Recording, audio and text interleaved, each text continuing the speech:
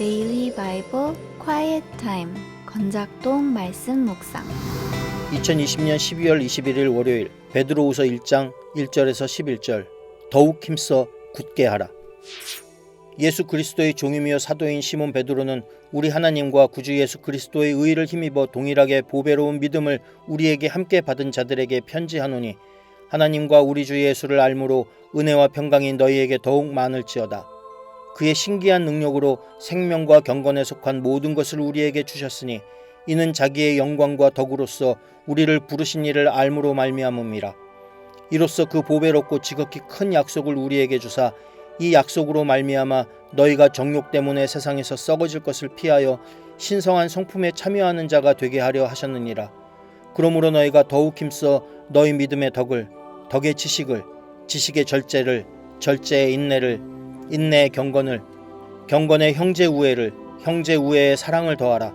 이런 것이 너희에게 있어 흡족한즉 너희로 우리 주 예수 그리스도를 알기에 게으르지 않고 열매 없는 자가 되지 않게 하려니와 이런 것이 없는 자는 맹인이라 멀리 보지 못하고 그의 옛 죄가 깨끗하게 된 것을 잊었느니라. 그러므로 형제들아 더욱 힘써 너희 부르심과 택하심을 굳게 하라. 너희가 이것을 행한즉 언제든지 실족하지 아니하리라. 이같이 하면 우리 주 곧 구주 예수 그리스도의 영원한 나라에 들어감을 넉넉히 너희에게 주시리라. 안녕하세요. 반갑습니다. 저는 광양신광교회를 섬기는 목사 공세현입니다. 더욱 힘써 굳게 하라는 제목으로 묵상을 나누도록 하겠습니다. 베드로후서는 베드로가 교회 공동체에 보낸 두 번째 편지입니다. 그는 자신의 죽음을 직감합니다. 죽음 자체의 두려움은 없었습니다. 다만 남아있는 성도들이 마음에 걸렸습니다. 그들 중에는 신실하게 예수 그리스도를 따르는 충성된 자들도 있지만 교회 안에 들어온 거짓 선생의 가르침에 흔들리는 자들도 있었습니다.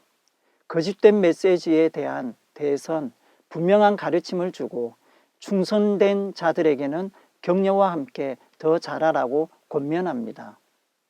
1, 2절은 인사말이고 3절에서 11절까지는 예수 그리스도를 알므로 더욱 힘써 충성하여 하나님의 성품에 참여하는 자가 되며 영원한 나라에 대한 소망을 가지기를 권면합니다. 베드로는 더욱 힘써 너희 부르심과 택하심을 굳게 하라고 권면합니다. 부르심과 택하심은 그리스도인의 정체성을 말합니다. 자신의 정체성을 굳건하게 해야 합니다. 그렇지 않으면 영적 시각 장애인이 되어 그리스도로부터 멀어질 수 있습니다.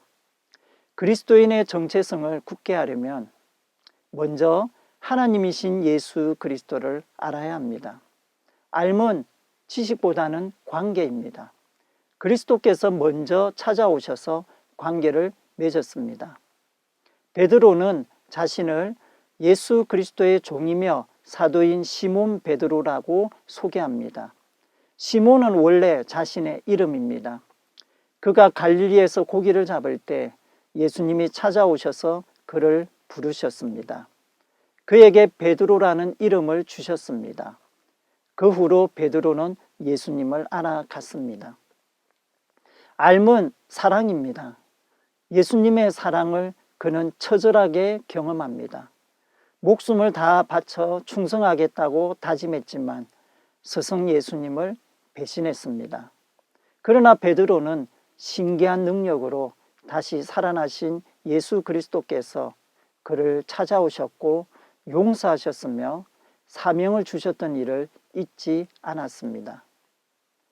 베드로는 사랑으로 찾아오신 예수님을 믿고 따랐습니다. 믿음은 충성입니다.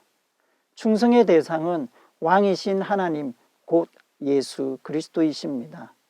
믿음은 알면서 나오고 알면 곧 사랑의 관계입니다. 베드로는 편지를 받는 성도들을 가리켜 동일하게 보배로운 믿음을 우리와 함께 받은 자라고 합니다. 비록 베드로처럼 몸으로 그리스도를 만나지 못했지만 그리스도인은 동일하게 그리스도를 알아 충성된 자입니다. 예수께서 먼저 저를 아셨습니다. 저를 사랑하셨습니다. 신기한 능력으로 생명과 경건의 모든 것을 주셨습니다. 하나님의 은혜입니다. 하나님의 사랑입니다. 성령님을 통해 제게 찾아오셨고 저를 사랑하셨습니다. 그리스도께서 먼저 저를 아셨습니다. 그리고 제가 그리스도를 알고 있습니다. 저는 중학교 2학년 때 예수 그리스도의 사랑을 맛보았습니다. 머리가 아니라 가슴으로 경험했습니다. 그분의 사랑 앞에 회개와 감사의 기도를 밤새 했었습니다. 저는 하나님의 은혜를 알았던 사람입니다. 둘째, 게으르지 말고 그리스도를 알아가야 합니다. 한 번 경험했다고, 한 번 만났다고 그리스도를 알았다고 할 수 없습니다. 만남은 과정이며 반복입니다. 그리스도를 부지런히 알아야 합니다. 그분을 꾸준히 경험해야 합니다. 생활 속에서 그리스도와 함께하며 그리스도를 사랑해야 합니다. 어떻게 그리스도를 알아가며 그와 함께 동행할 수 있습니까? 셋째, 하나님의 성품에 참여하려고 더욱 힘써야 합니다. 하나님은 하나님의 성품에 참여하는 자로서 그리스도인을 부르셨습니다.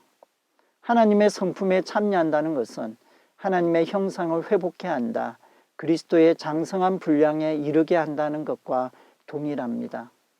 하나님의 성품에 참여하려면 게으르지 말아야 합니다. 이 정도면 됐지라고 안주해서도 안 됩니다. 더욱 힘써야 합니다. 믿음의 덕을, 덕의 지식을, 지식의 절제를, 절제의 인내를, 인내의 경건을, 경건을 형제 우애를, 형제 우애의 사랑을 더해야 합니다. 믿음에서 출발하여 세상을 향한 사랑으로 나아가야 합니다. 믿음이 충성이라고 했습니다. 그리스도께 충성된 자로 더욱 힘쓰는 게 출발입니다. 그를 알아간다는 것은 부지런히 사랑하는 것이며 부지런히 충성하는 것입니다. 그분을 향한 사랑과 충성으로 세상을 사랑하는 것, 그것이 그리스도를 알아가는 것입니다. 제가 그리스도인의 정체성으로 굳건히 서 있는지 돌아봅니다. 제가 잘 살고 있는지, 그리스도를 알아가는지, 그분께 충성하는지 알 수 있는 곳이 있습니다. 바로 가정입니다. 저를 숨길 수 없는 곳이죠. 아내에게 어떻게 하고 있는지, 딸들에게 어떤 영향력을 주는지 가정 안에서 무뚝뚝한 자신을 발견합니다. 스트레스 쌓인다는 핑계로 멍하니 TV 리모컨을 만지고 있는 제 자신을 발견합니다. 가끔씩 성령께서 부담을 주지만 무시했습니다.